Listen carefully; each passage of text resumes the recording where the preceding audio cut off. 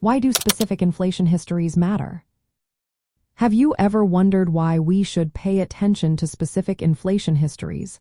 Understanding these histories is key to grasping how inflation works today. They provide lessons on what causes inflation, its effects, and how we can respond effectively. Inflation is simply the general rise in prices over time. This means that the money you have buys less than it did before.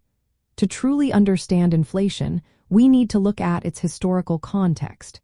Inflation is not the same everywhere or at all times. It varies in how intense it is, how long it lasts, and what causes it. Take the early 20th century, for example. Inflation during that time was often linked to wars. When countries like the United States entered World War I, they increased government spending and money supply to finance the war. This led to sharp price increases. After such periods, economies often faced deflation as they adjusted back to normal. This was especially true when currencies were tied to gold or silver, limiting how much money could be printed. Fast forward to the post-World War II era. Inflation became more persistent and less volatile. This was because countries moved away from metal-backed currencies. Prices could rise permanently instead of just temporarily during crises. The period from the 1960s to the early 1980s is known as the Great Inflation. During this time, excessive money supply growth and poor monetary policy led to inflation peaking above 14% in 1980. This period was marked by multiple recessions and energy shocks, showing how policy decisions and external factors interact to drive inflation. So, why do these specific histories matter? First, they teach us important lessons about policy. Past inflation episodes show us how mistakes, like allowing too much money to circulate, can lead to sustained inflation.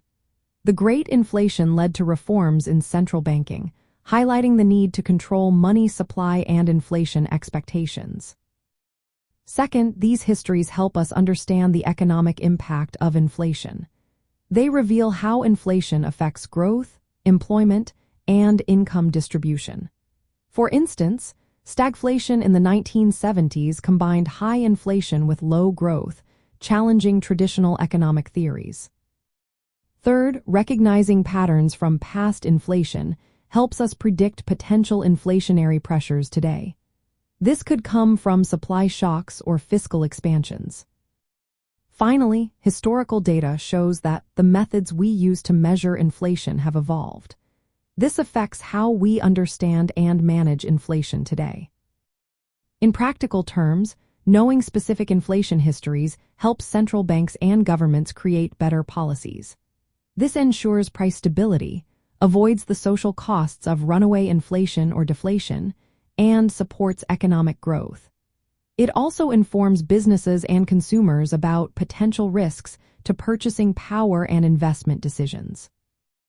Specific inflation histories matter because they provide a foundation for understanding inflation's causes and effects. They guide effective economic policy and help society navigate the challenges inflation presents.